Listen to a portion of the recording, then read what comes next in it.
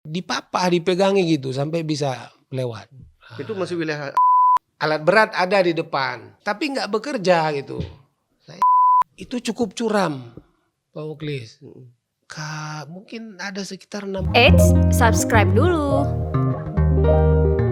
Rakan Sago TV, hari ini saya kedatangan seorang sahabat di mana dalam bencana banjir dan longsor satu bulan yang lalu, tepatnya 1 bulan yang lalu, itu ada seorang sahabat kita yang sedang bertugas di Aceh Tengah, lalu karena musibah banjir dan longsor, beliau terpaksa beberapa hari setelah terisolir di Bener Meriah dan Aceh Tengah, beliau berjalan kaki sampai ke Biren. Kenapa beliau berjalan kaki? Karena memang jembatan dan penghubung antara Bener Meriah, Takengon dan juga sampai ke Biren itu adalah terputus akibat banjir. Dan hari ini telah hadir narasumber kita untuk berbagi cerita mengenai bagaimana sebenarnya kehadiran beliau di Aceh Tengah lalu bisa menembus ke Biren dan hingga beliau kembali ke bisa Banda Aceh. Pada saat itu juga alat komunikasi tidak bisa terhubung, ya, semuanya putus, listrik padam, kemudian wifi dan juga internet juga tidak ada, dan barangkali banyak kisah yang perlu kita dengar dari beliau. Saya sapa beliau. Assalamualaikum Bang Baun. Waalaikumsalam warahmatullahi wabarakatuh. Sehat Bang? Alhamdulillah. Ini 1 bulan lalu sepertinya, ya, sudah 1 bulan lalu Ya, kita lewat beberapa hari lah. Lewat beberapa hari, ya. Bang, yang pertama, bisa nggak Abang cerita, Abang kan bertugas di Balai Bahasa di Banda Aceh. Kok bisa tiba-tiba atau memang sudah direncanakan bertugasnya itu ke Aceh Tengah? Bisa Abang cerita di awal? Ya.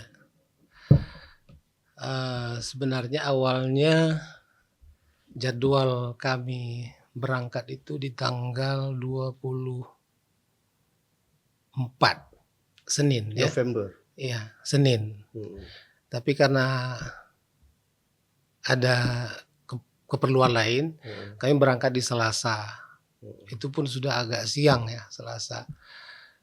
Jadi berangkat di Selasa, dari Banda Aceh itu sudah mulai gerimis sebenarnya, hujan, ya. Dan makin ke sana itu hujannya semakin lebat. Bahkan ketika kami berhenti di Biren itu, karena kebetulan saya belum sholat asar, jadi mau nggak mau saya sedikit memaksa teman untuk berhenti di Biren. Sudah jam berapa tuh?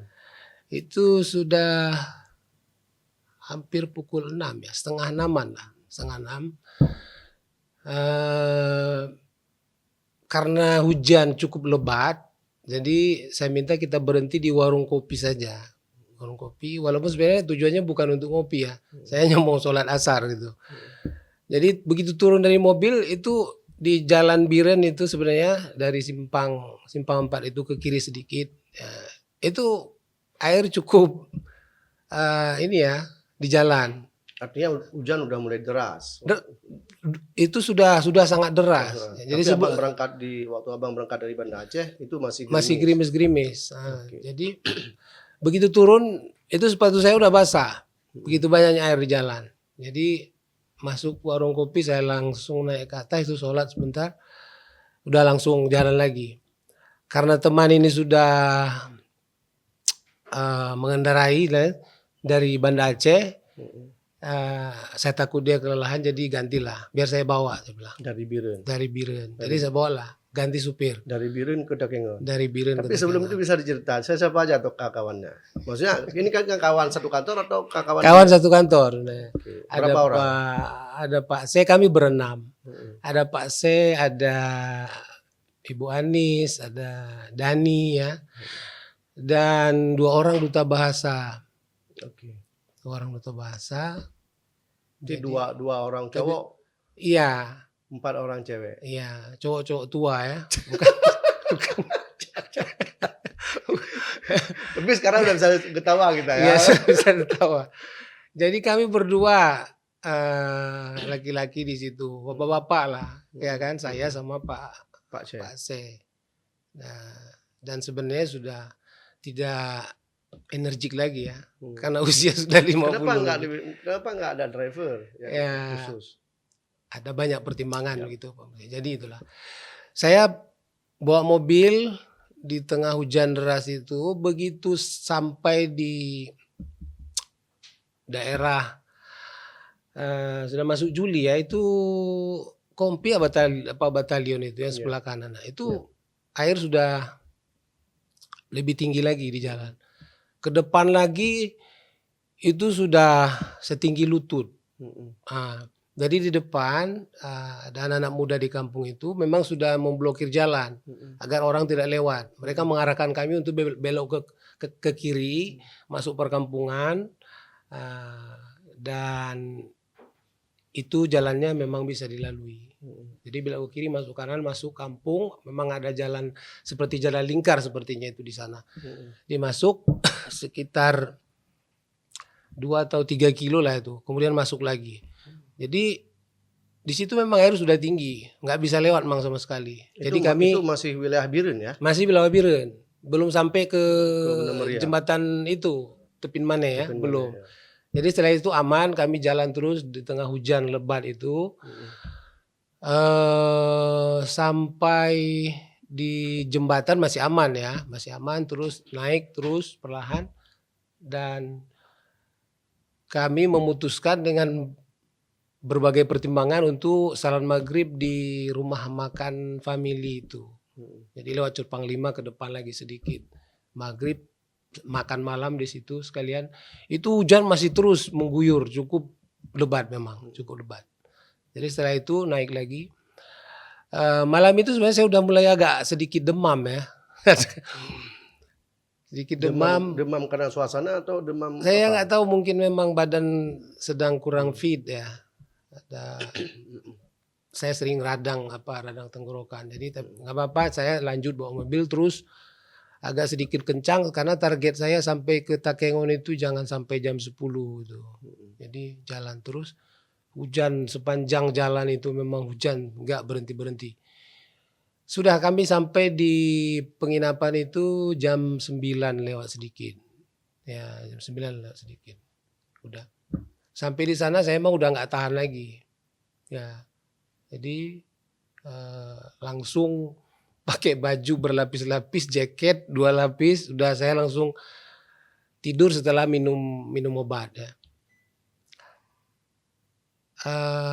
Paginya karena kami sudah berjanji dengan ibu kepala sekolah untuk kegiatan ini sekitar pukul 9 gitu,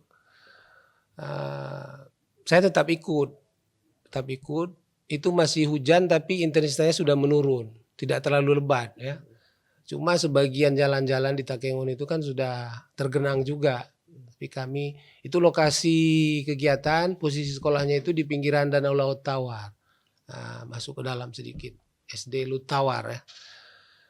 Jadi informasi ibu kepala sekolah, memang anak-anak sebenarnya sudah diliburkan secara tidak resmi ya, karena tidak mungkin memang anak-anak karena hujan sejak kemarin katanya kalau di sana itu sudah hujan-hujan. Jadi hanya mungkin ada belasan anak-anak yang di sana karena kami sudah janji begitu. Jadi setelah kegiatan kami pulang dan menuju satu sekolah lagi. Kami sempat kesulitan juga mencari posisi sekolah ini, tapi sekitar zuhur begitu sudah selesai juga di situ kegiatan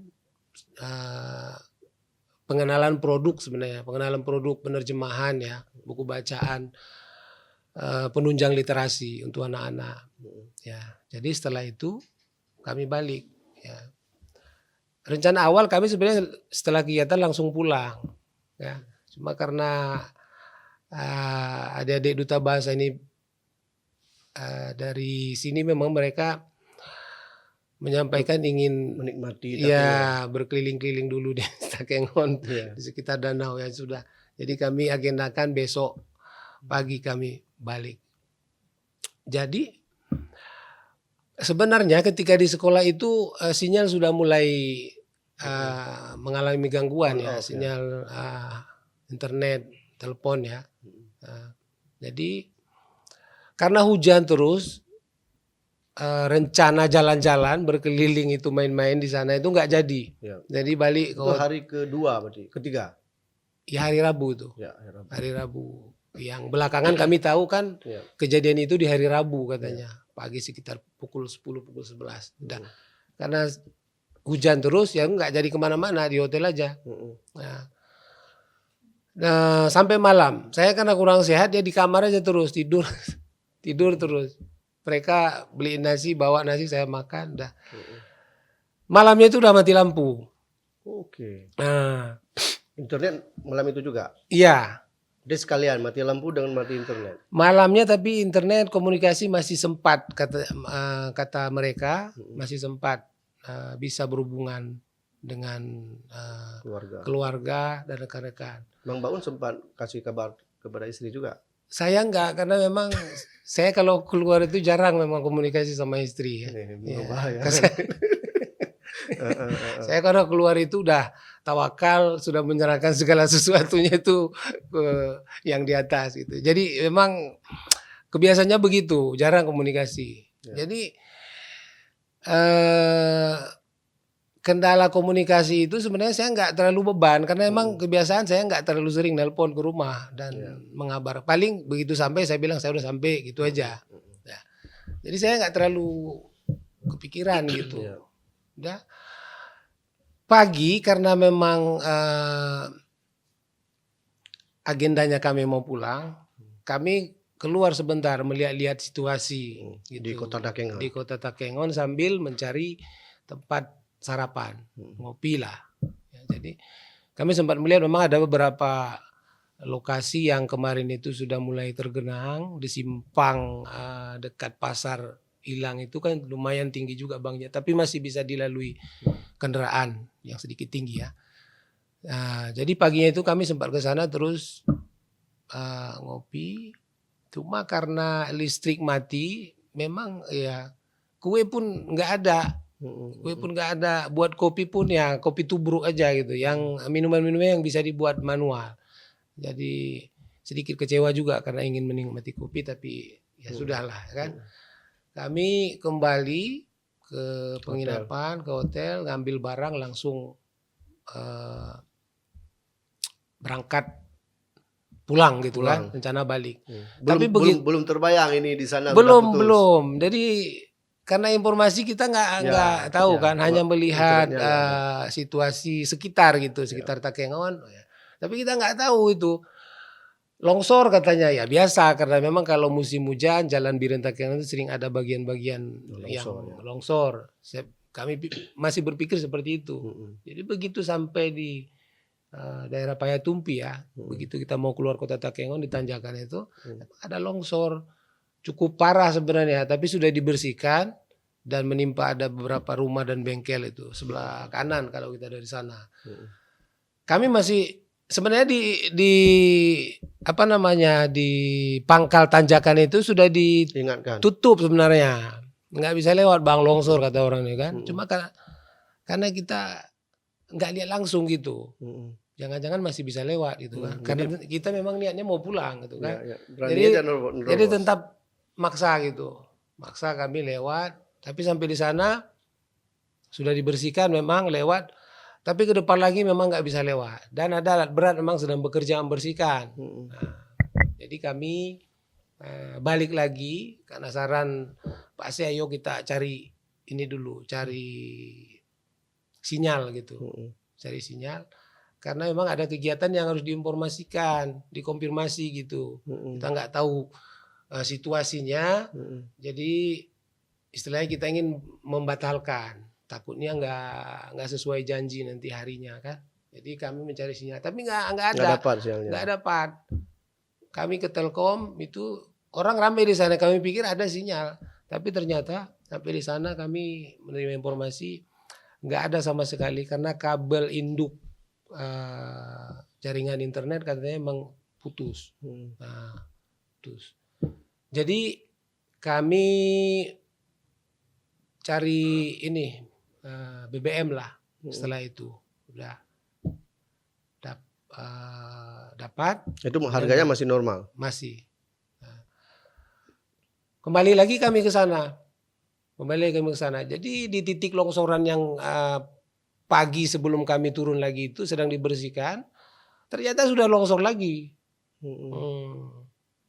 Informasi dari warga setempat sempat lewat Beberapa mobil. beberapa mobil, ada sekitar 1-2 jam gitu katanya. Jadi kami kan sedikit menyesal gitu, kenapa nggak menunggu gitu kan. Udah. Jadi nggak mungkin lagi, sudah sore kami memutuskan untuk cari penginapan, keliling,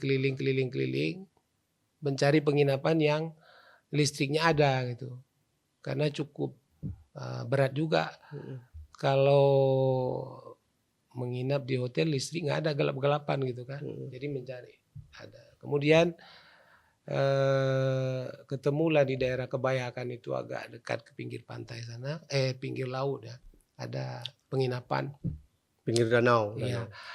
Ada listrik katanya. Ada genset ya. Jadi bisa dihidupkan sampai jam 9 malam. Katanya nanti pagi dihidupkan lah. Ya sudah. Kami menginap di situ. Saya sebenarnya sudah mulai gelisah ya, karena ada tugas-tugas yang harus diselesaikan, karena ini kan sudah menjelang akhir bulan gitu kan. Jadi sudahlah, karena memang tidak ada pilihan ya, sudah menginap. Besoknya saya ajak Pak, besok kita harus cepat-cepat keluar gitu. Saya masih berpikiran bahwa longsoran-longsoran itu sudah dibersihkan. Nah, karena biasanya Pemda dan dinas terkait yang menangani kelancaran lalu lintas itu, penanggulangan kerusakan jalan biasanya cepat. Dan kalau sudah longsor itu biasanya mereka standby di sana. Jadi saya masih berpikiran ini sudah bisa lewat. Pagi itu kami keluar dan tidak mencari tempat sarapan lagi. Langsung pulang. Iya, karena setelah subuh itu saya keluar, saya beli kue-kue lah sekedar, saya bawa pulang. Teman-teman udah biar menghemat waktu, biar cepat bisa pulang. Dah, jadi kami berangkat. Sampai ke sana ternyata jalan masih ditutup, belum bisa lewat Bang, kata orang di situ, belum bisa lewat. Karena informasi tentang kondisi jalan nggak ada sama sekali, hanya mengandalkan informasi dari mulut ke mulut kan, terbatas lah, kita nggak bisa tanya ke sana kemari kan. Jadi karena memang keinginan untuk keluar dari Takengon sudah sangat menggebu-gebu gitu kan. Jadi karena jalan utama ini nggak bisa lewat, katanya kami mencari jalan alternatif di Payatumpi. Saya nggak tahu nama kampungnya itu, dari di belok ke kanan turun ke bawah gitu. Ada jalan kecil, katanya tembus nanti ke atas. Sudah tadi sana. Karena melihat kondisi jalan ini, rekan-rekan rombongan khawatir juga, jangan-jangan nanti kita terjebak di tengah jalan, maju nggak bisa, mundur nggak bisa gitu. Nah, cuma karena saya yakin ini pasti lewat, gitu kan. Pokoknya di mana nanti longsor di situ kita berhenti. Saya pikiran seperti itu kan. Tapi rekan-rekan ini, cewek-cewek ini gimana? Pak Syah gimana? Kalau Pak Syah sebenarnya menyarankan pulang aja nanti balik ke Takengon maksudnya? Iya, nggak apa-apa, kita tunggu situasi dulu normal, dapat libur. Kalau memang sudah lewat baru bisa. Nah, kita jalan lagi gitu. Tapi dalam hati saya ini kalau menunggu, kita nggak tahu, menunggu dalam ketidakpastian. Karena informasi nggak ada, kondisi. Jadi dalam pikiran saya, kita harus lihat tuh dengan mata kepala sendiri, di mana longsor, di mana nggak bisa tembus, ya di situ kita berhenti. Saya pikir begitu kan.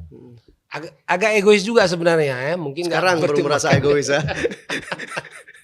Jadi kami jalan terus, naik terus sampai ke puncak. Itu daerah apa?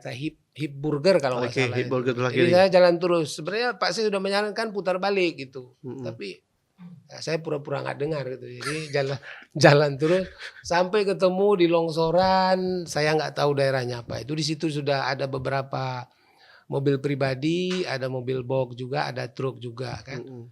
Jadi alat berat ada di depan, tapi nggak bekerja gitu. Saya belakangan baru tahu ternyata alat berat ini rodanya mengalami kerusakan. Jadi sedang diperbaiki katanya di Takengon. Nah, itu sudah dari kemarin sore katanya alat berat itu di sana. Apa namanya? Shovel ya yang mendorong-dorong tanah itu. Jadi kami berhenti di situ mungkin sekitar pukul 9 pukul 10 ya. Nongkrong-nongkrong. Jadi ada rombongan polisi, ada sales juga, ada pedagang juga ya di situ. Nunggu di situ berjam-jam sampai ngopi-ngopi juga dibuatkan orang kampung ya. Suruh dulu istirahat sampai ini udah. Insya Allah ini bisa lewat gitu informasinya ya dari depan. Tapi di depan ada longsoran lagi katanya. Ya nggak apa-apa gitu kan. Jadi kami ya menunggu dengan sabar dan penuh semangat.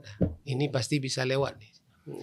Jadi di depan di perbatasan itu bisa lewat. Tapi di depan lagi katanya sebelum Teritit ya kalau dari sini itu masih banyak titik yang longsor dan cukup panjang. Jadi di situ kami berhenti agak lama setelah lewat dari titik longsor yang pertama tadi ya. Jadi menunggu perbaikan roda alat berat ini aja dari kemarin sore gitu sampai jam berapa itu paginya jam 10-an baru nyampe di situ. Baru bisa kerja lagi. Singkatnya setelah menunggu gitu beberapa titik longsoran itu jam 12 ya.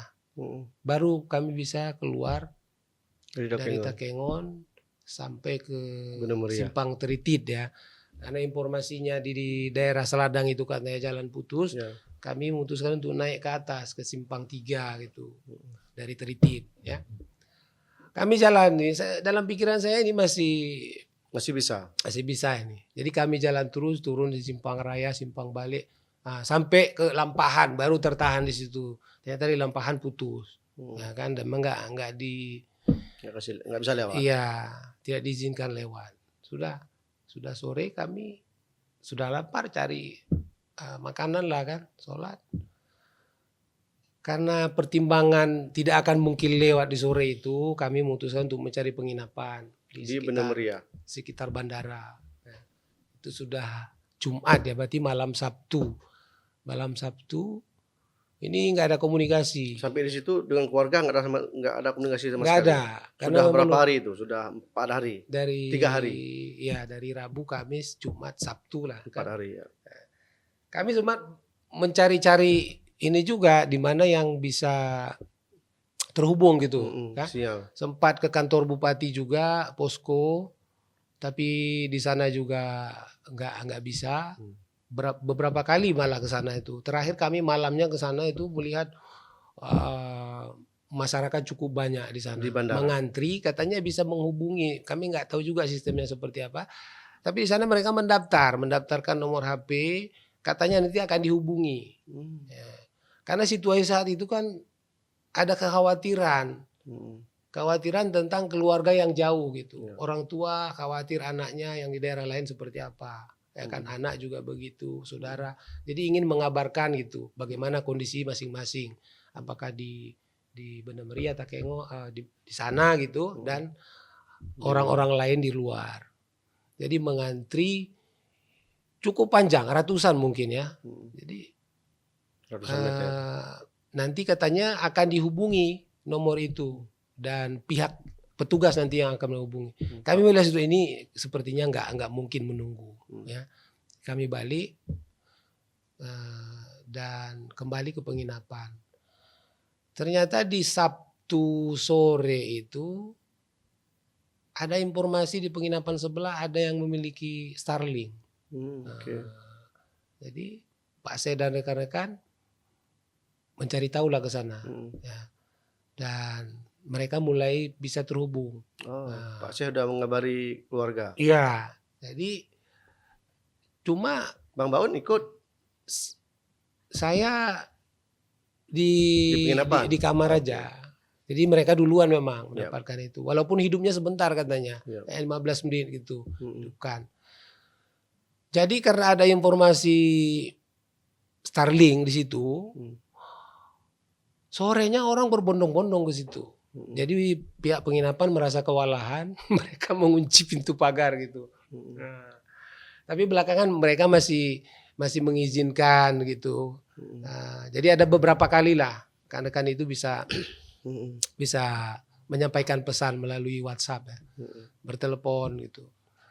Kemudian karena di penginapan kami itu juga ada rombongan-rombongan yang memang terperangkap di Bener Meriah.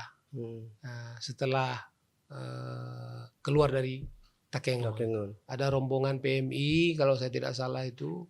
Ada anggota dewan juga di penginapan sebelah. Ramai pokoknya.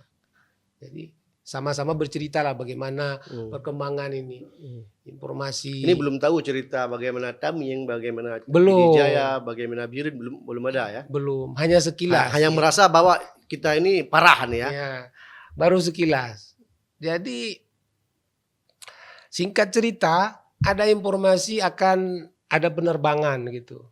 Ada penerbangan dan di hari Sabtu itu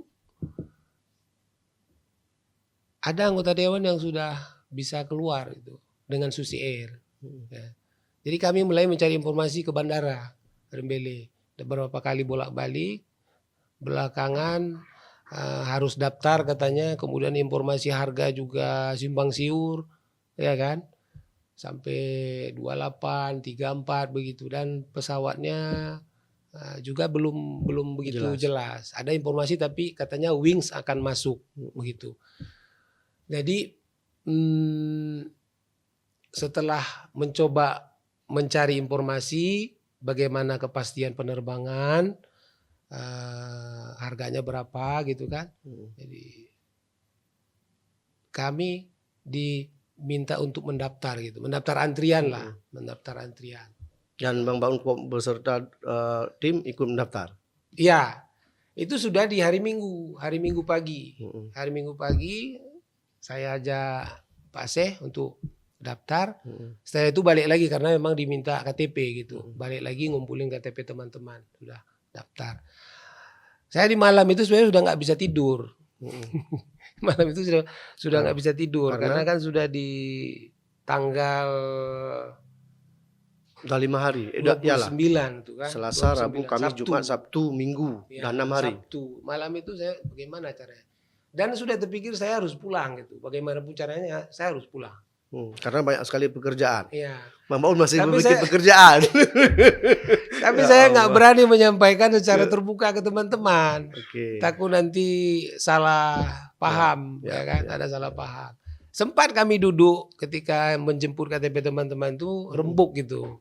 Musyawarah gimana caranya, gimana gitu kan. Dan saya sempat lontarkan, tapi saya nggak menyampaikan bahwa saya akan pulang dengan jalan kaki gitu kan. Saya hanya bilang Pak Seh, kayaknya saya harus pulang hari ini Pak Seh. Udah. Jadi setelah ngumpulin KTP, balik lagi, Pak Seh mendaftarkan rekan-rekan. Saya malah sempat juga punya saya daftar aja Pak Seh, saya bilang. Saya kasih KTP karena kita nggak tahu nih situasi cepat berubah nanti kan. Walaupun di pikiran saya akan pulang jalan kaki. Jadi pikiran untuk pulang jalan kaki sudah ada. Sudah ada walaupun opsi dengan pesawat yang diutamakan. Iya.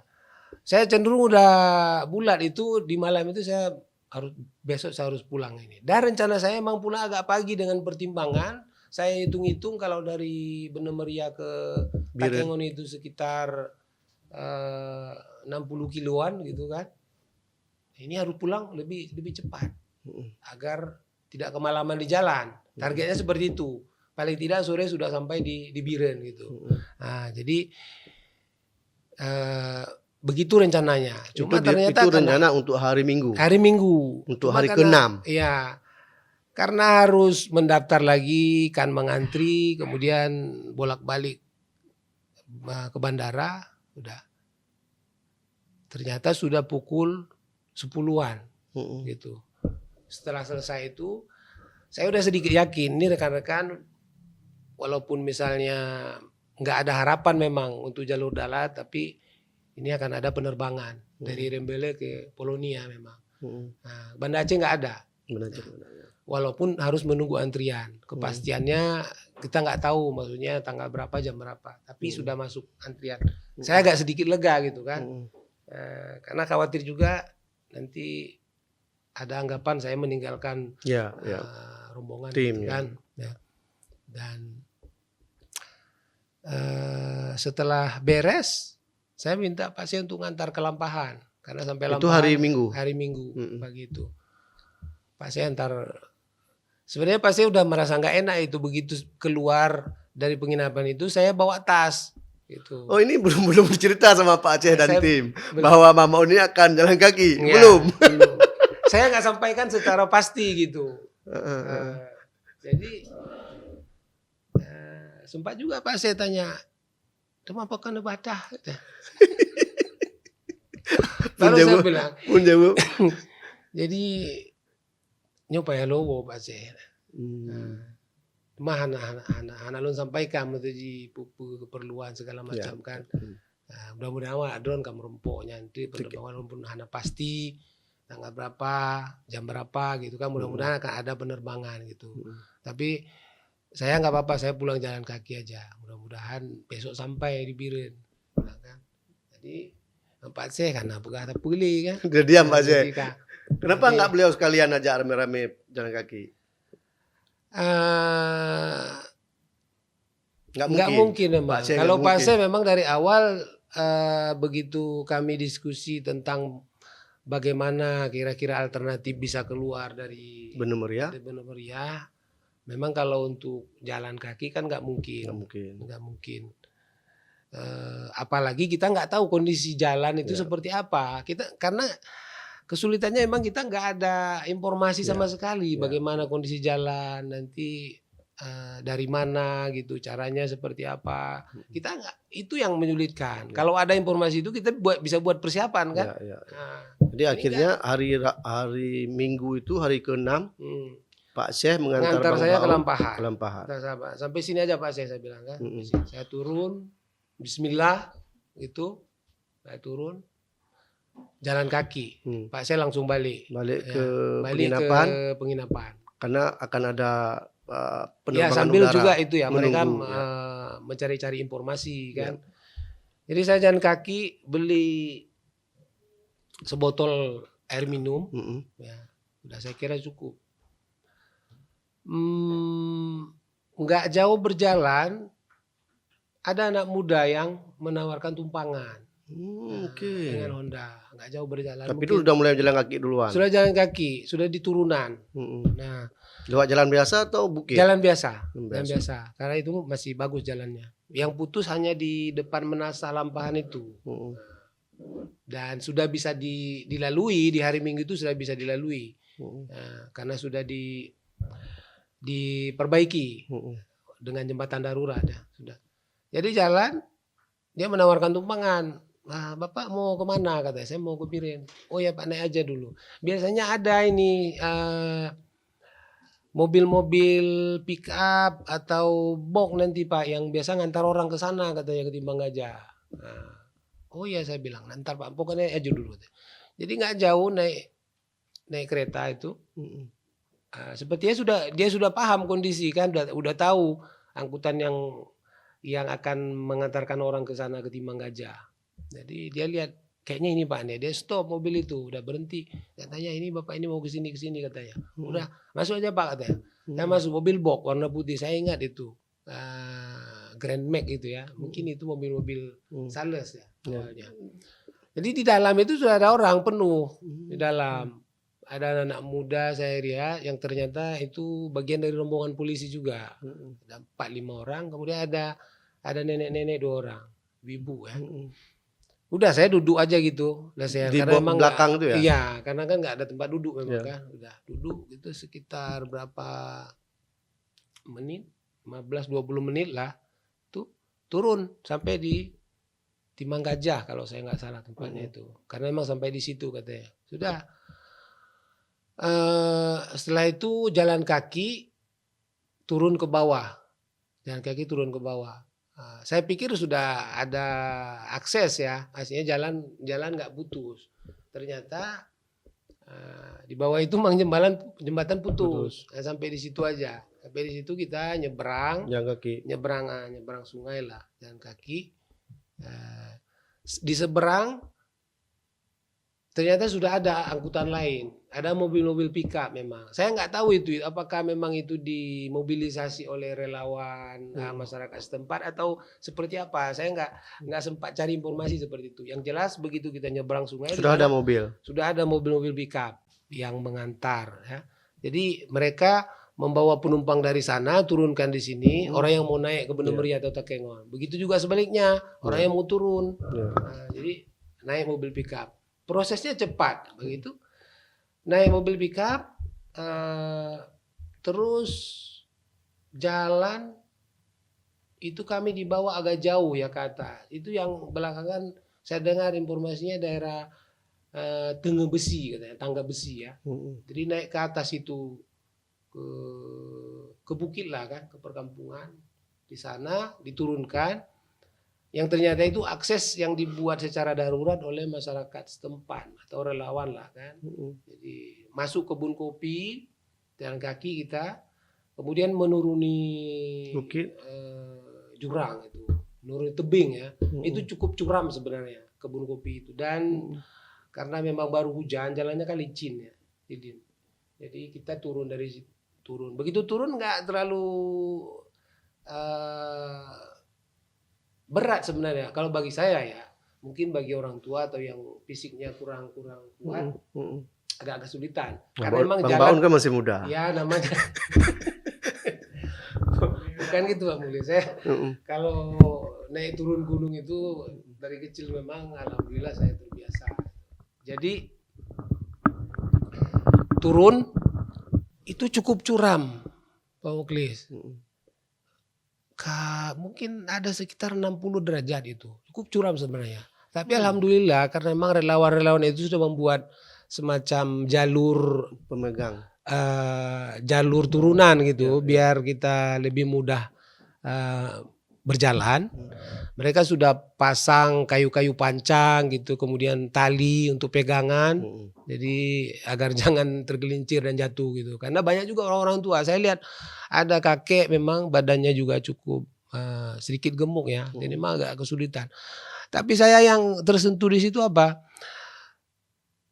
Sikap dan solidaritas rekan-rekan relawan lah saya bilang itu. Karena nggak mungkin orang lain ya. Karena mereka bolak-balik saya lihat itu di tebing itu. Kemungkinan besar. Dan mereka bolak-balik itu membantu orang-orang yang melewati jurang itu. Ya kan, membagikan air minum, ya aqua gelas gitu. Itu Jadi, hari ke-6 berarti hari ya? ke-6 di hari Minggu. Jadi yang memang fisiknya lemah, mereka dipapah, dipegangi gitu sampai bisa lewat. Itu masih wilayah Bener Meriah, itu daerah Tangga Besi ya. Itu jalur yang paling ekstrim dan paling berat saya lihat untuk orang yang jalan kaki ya di hari hari Minggu itulah, hari ke-6 ya. Jadi sampai turun ke bawah kita nyebrang sungai. Nyebrang sungai ada jembatan kayu besar. Pokoknya kita bisa nggak perlu turun ke sungai. Artinya nggak perlu basah ya. Bisa loncat-loncat aja antara batu-batu besar itu bisa. Tapi yang paling sulit adalah ketika mau naik menanjak ini. Itu juga kemiringan tebingnya cukup curam. Cukup curam ya. Sekitar itu juga ya 60-an derajat gitu, 50-60 derajat. Itu yang menguras tenaga. Karena ya kita juga tidak muda lagi, ya kan. Tenaga sudah mulai lemah. Jadi perasaan saya ya Allah ya Tuhanku cukup berat ini saya pikir kan.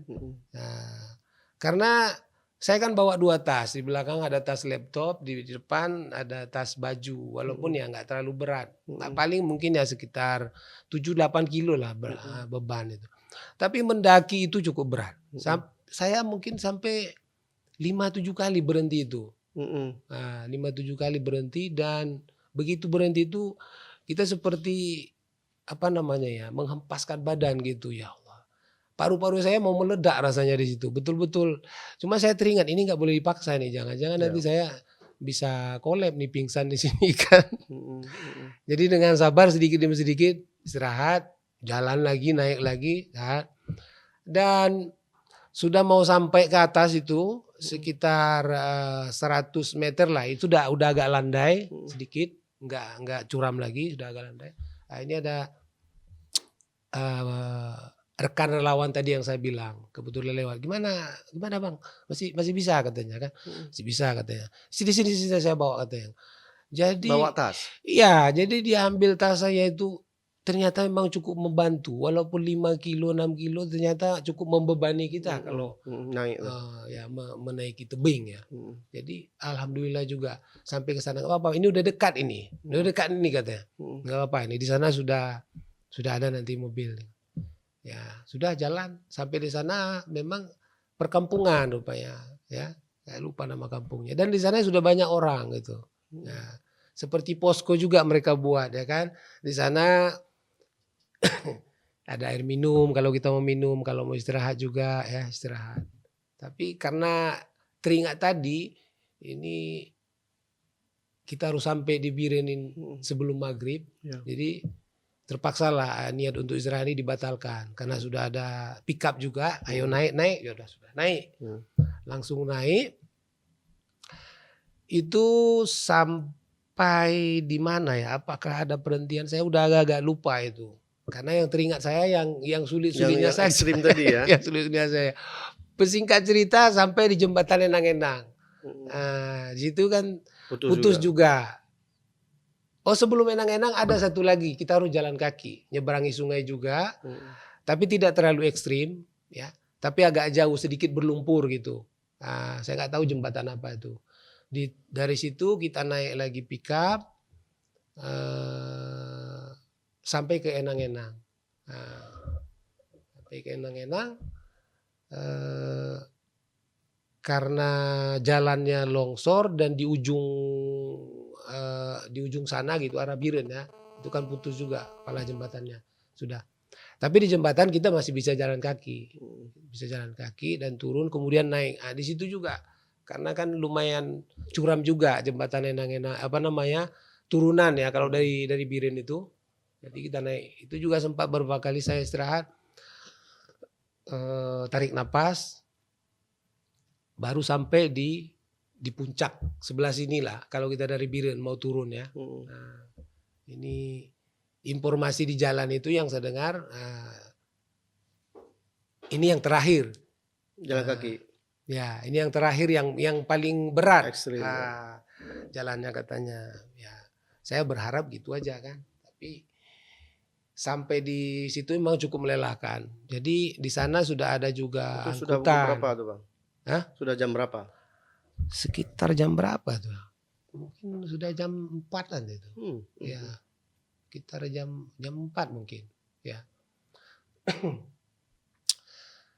Di situ karena menunggu penumpang istilahnya, kita harus berhenti memang. Ya, kita harus berhenti. Ada truk menunggu, mobilnya mungkin penuh. Ya, penuh. Jadi sepanjang jalan itu kita kan banyak sekali rombongan-rombongan yang mau turun ke Biren, yang mau naik juga ternyata banyak. Ya, jadi ramai. Nah, saya juga nggak membayangkan akan seperti itu kondisinya gitu. Ya. Jadi sempat bercerita-cerita dari mana, siapa gitu, kenapa ke Biren gitu ya. Jadi singkat cerita naik truk dari Enang-Enang itu sampai ke kilometer berapa itu ya, kilometer 20 sekian ya katanya itu. Yang ada mobil tangki di sebelah yang jalan amblas itu, jalan amblas. Itu cukup lama naik ini. Kebetulan saya dapat truk ya, naik truk cukup lama. Ada setengah jam lebih, mungkin hampir 1 jam ya. Nah, jadi sampai di situ turun jalan kaki karena jalan amblas itu kan cukup panjang, mungkin ada sekitar 1 kilo 2 kilo itu ya. Nah, setelah itu ada angkutan, cuma katanya ini bang nanti sampai di mana habis minyak ya katanya. Dia nggak janji sampai mana. Pokoknya ini di mana habis minyak, di situ kita turun katanya. Udahlah, karena emang nggak sanggup juga kita jalan lama-lama Pak Muklis kan. Jadi kami naik itu rombongan penuh itu mobil Chevrolet kalau nggak salah, Chevrolet tua penuh itu kami. Itu udah macam-macam lah kan. Ada yang udah buka baju, ada yang pokoknya macam-macam lah. Karena emang udah kecapean jalan. Jadi pas emang katanya, ini udah habis minyak nih bang, sampai sini aja katanya. Dikasih uang berapa tuh? 10.000 satu orang. Nah, dari situ jalan lagi.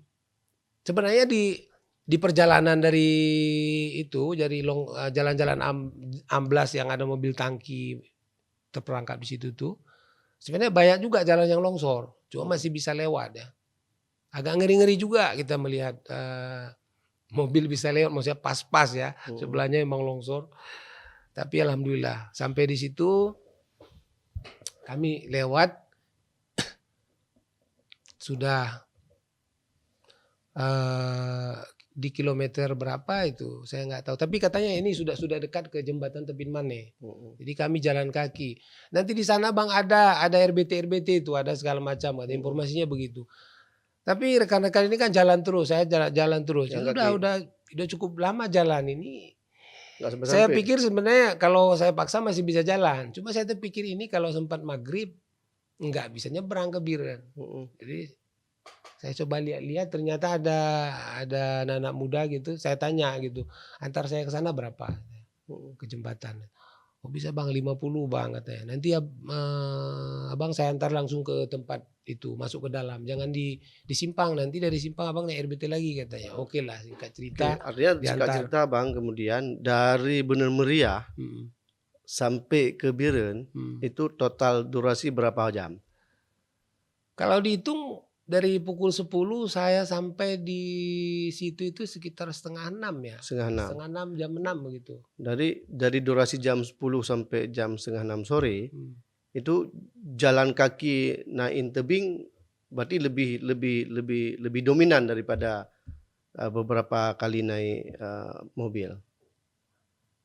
Sebenarnya Pak Muklis kalau kita hitung ya, ini kita nggak hitung capeknya ya, kita hitung capeknya. Nah, jalan kaki sebenarnya nggak, yang paling lama kita jalan kaki itu hanya di daerah tangga besi itu. Naik tebing itu. Naik tebing. Di situ kita yang lama sebenarnya. Itu mungkin 1 jam ya, 1 jam lebih tergantung lah kan. Kemudian di Enang-Enang. Selebihnya mungkin hanya perjalanan nggak sampai 1 kilo ya, di bawah 1 kilo lah. Jembatan-jembatan putus, jalan-jalan longsor itu nggak banyak. Sampai ke Biren berarti habis itu jam 6, habis itu langsung ke Banda Aceh? Belum, setengah 6 atau pukul 6 lah kan. Jadi sampai di sana informasinya kan penyeberangannya dengan perahu karet. Nah ternyata begitu saya sampai di situ, orang-orang kampung yang menyeberangkan orang yang mau lewat ini dengan perahu karet ternyata kan sudah istirahat. Mereka nggak sanggup lagi katanya. Udah kecapean karena dari pagi.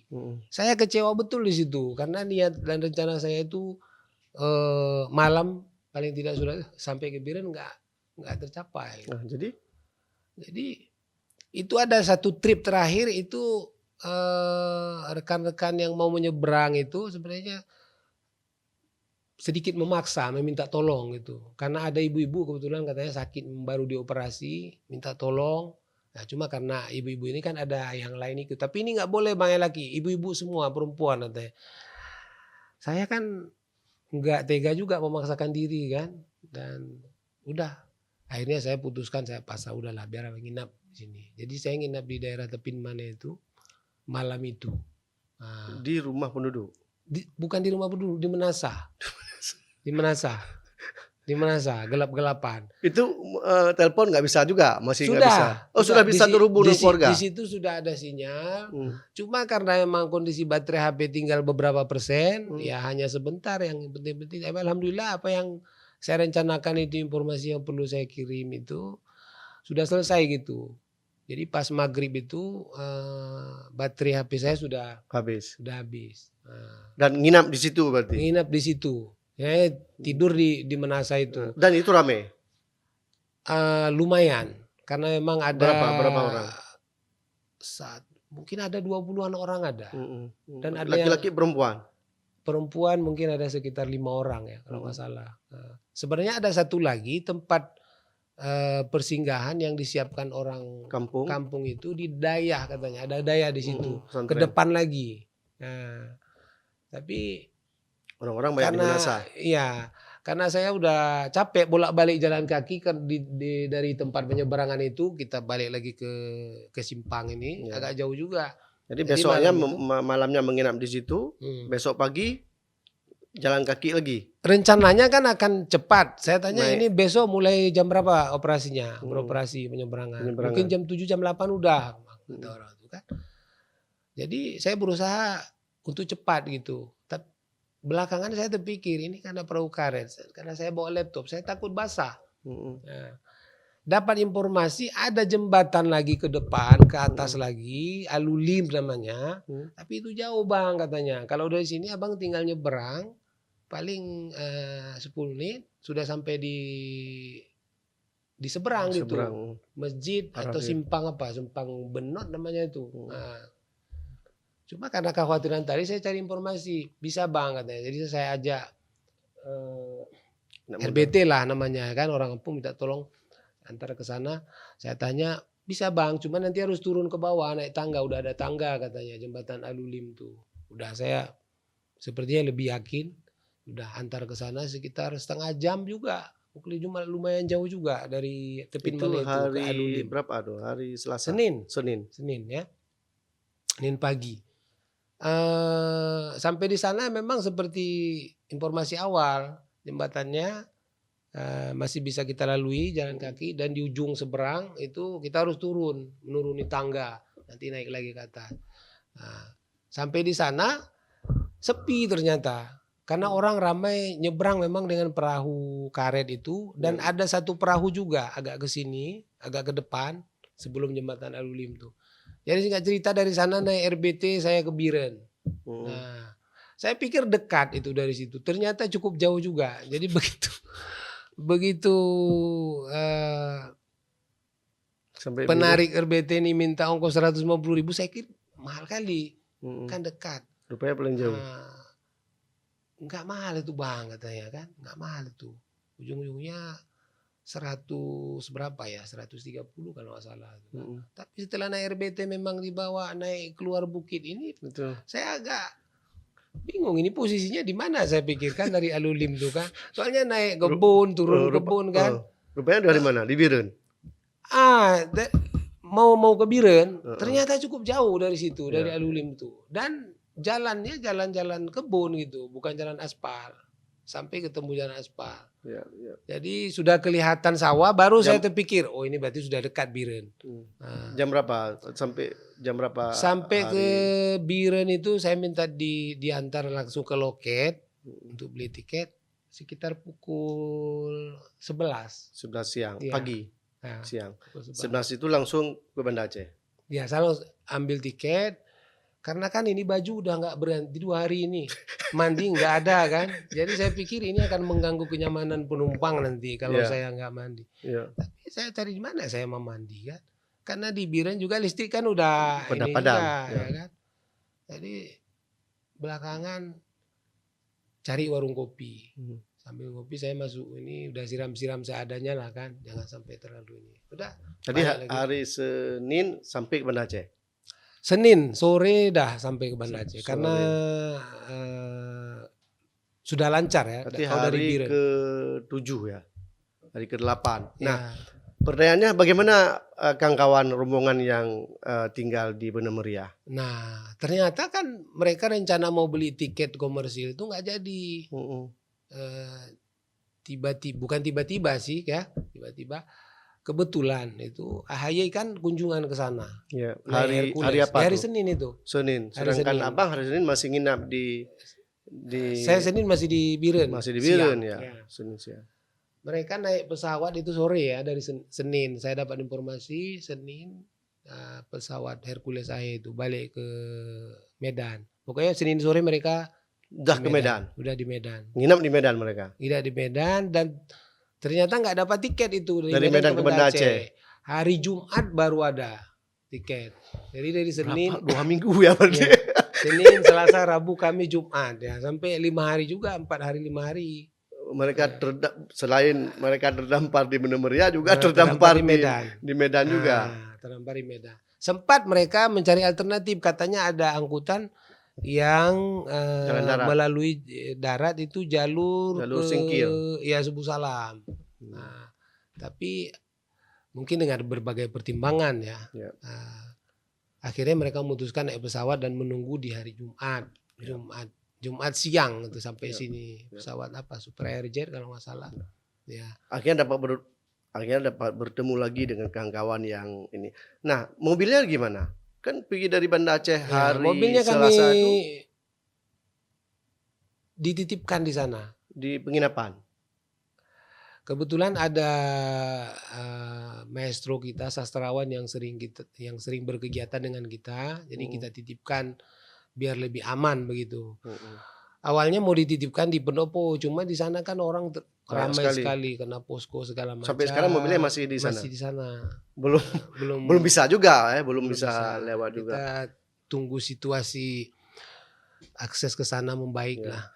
Bang Baun, ini kita sudah hampir 1 jam bercerita. Kan sekarang kita ini sudah hampir 1 bulan lebih ya. 1 bulan lebih beberapa hari. Dan Bener Meriah itu kan masih belum bisa akses normal ya. Dari jalan darat, karena kalau memang bisa akses maka mobil yang besar ya. Selebihnya kan masih ada warga jalan kaki ya.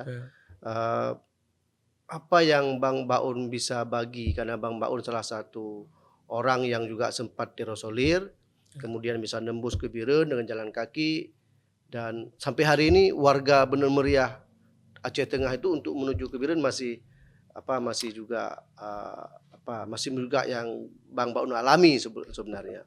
Apa yang Bang Baun bisa harapkan supaya bencana ini dapat jalan tembus Biren Bener Meriah ini dapat lebih cepat ditangani? Apakah rasional untuk lebih cepat? Ada 2 yang saling berhubungan sebenarnya Pak Muklis ya. Yang pertama yang saya rasakan dan ingin saya sampaikan, mungkin kesan orang lain juga seperti itu ya. Kalau orang mengatakan sampai seminggu 2 minggu setelah kejadian pemerintah kita ini lamban gitu kan. Saya 1 hari di sana itu aja kami Terisolasi. Ya terisolasi karena longsoran. Itu saya udah mengatakan kenapa lambat sekali begitu. Nah, itu di hari kedua saya udah ini kok lambat sekali, seperti nggak ada, seperti dibiarkan begitu.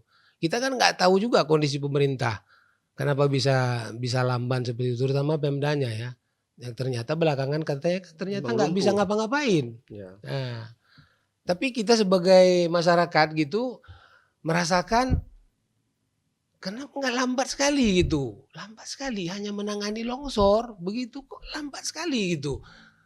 Jadi yang kedua, negara kita ini dalam bayangan kita kan hebat sekali. Nah, bayangan saya negara kita ini sudah hebat gitu, negara besar dengan segala macam kelebihannya.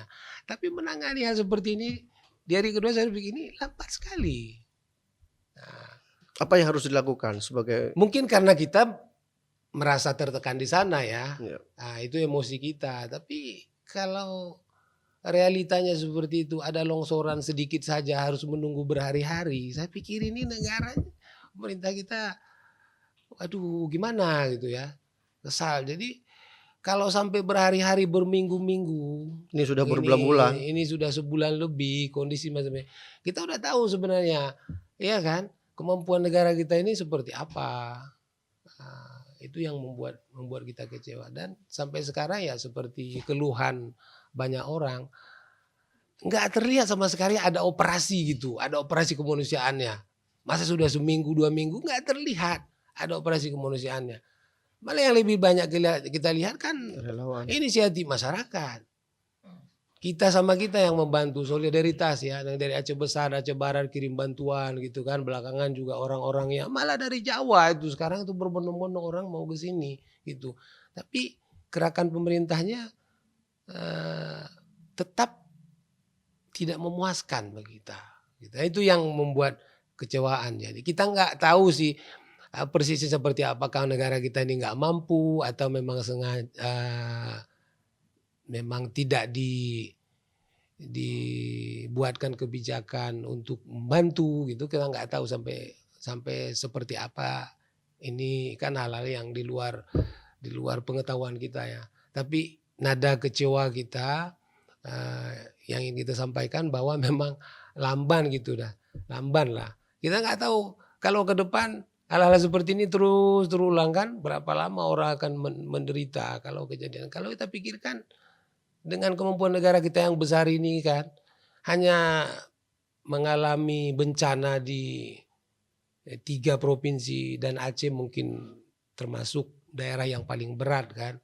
Masa nggak bisa ditangani? Masa harus sampai sebulan gitu buat jembatan aja sampai sebulan? Ya Allah ya Tuhanku, ini era apa gitu kan?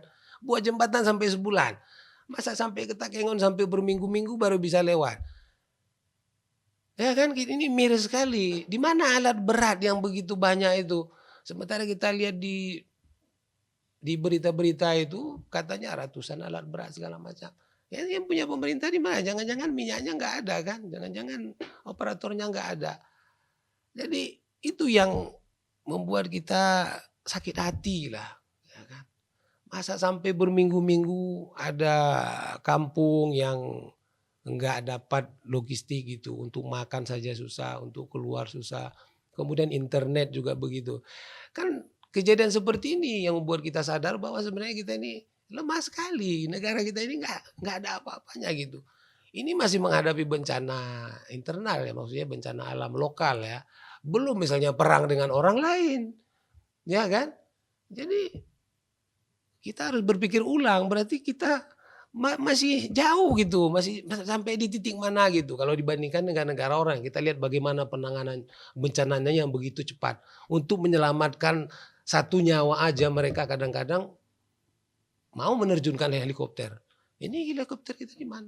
Jadi kalau saya pikir ya lamban lah, lamban. Jadi wajar kalau masyarakat kecewa, sakit hati begitu ya.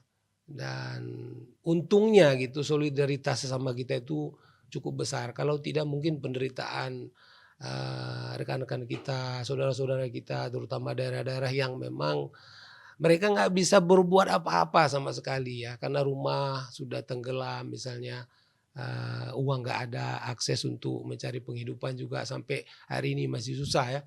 Jadi ya kita hanya bisa mengandalkan bantuan sesama kita, solidaritas ya, kepedulian gitu. Kalau kita menunggu pemerintah kayaknya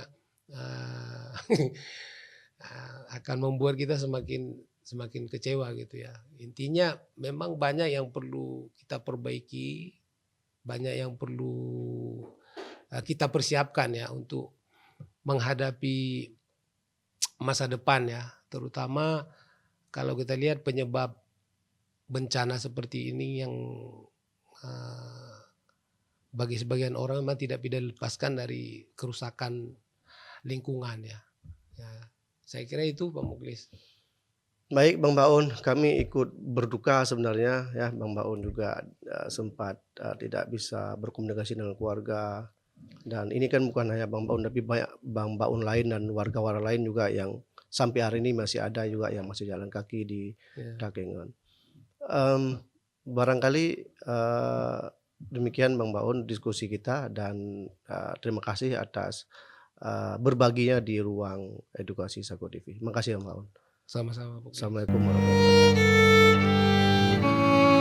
Jika video ini bermanfaat untuk Anda, silakan subscribe, like, dan nyalakan loncengnya.